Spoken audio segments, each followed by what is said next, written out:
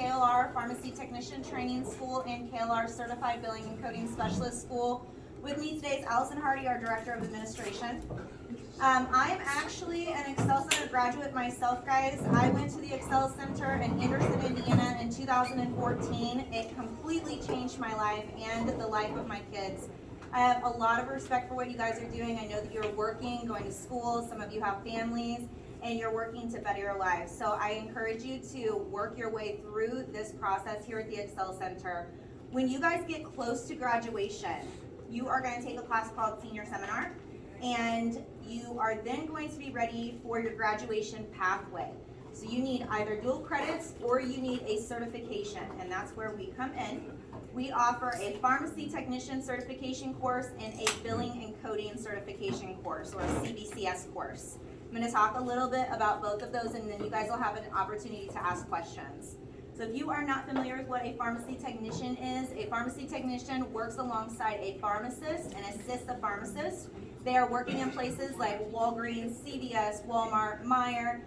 That's retail pharmacy. Then you have the inpatient side. So those pharmacy technicians are working in hospital locations, making IV and chemotherapy medications, speaking with doctors, nurses, and anesthesiologists.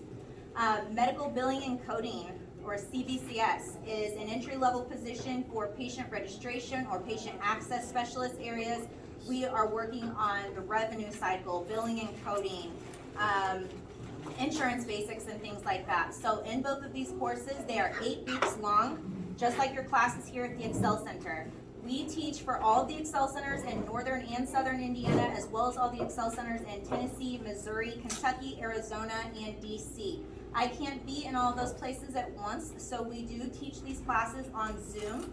Most of the time you are at home on your computer, so if you have children, that makes it a lot easier for you just to kind of stay home and you're on your computer, and that's how we do these courses. So you are going to meet with me or the instructor who's teaching the course that term. On Monday, Wednesday, and Friday, we meet for pharmacy class 9 a.m. to 12 p.m., but I believe you guys are an hour ahead of us, so that would be an 8 to 11 your time.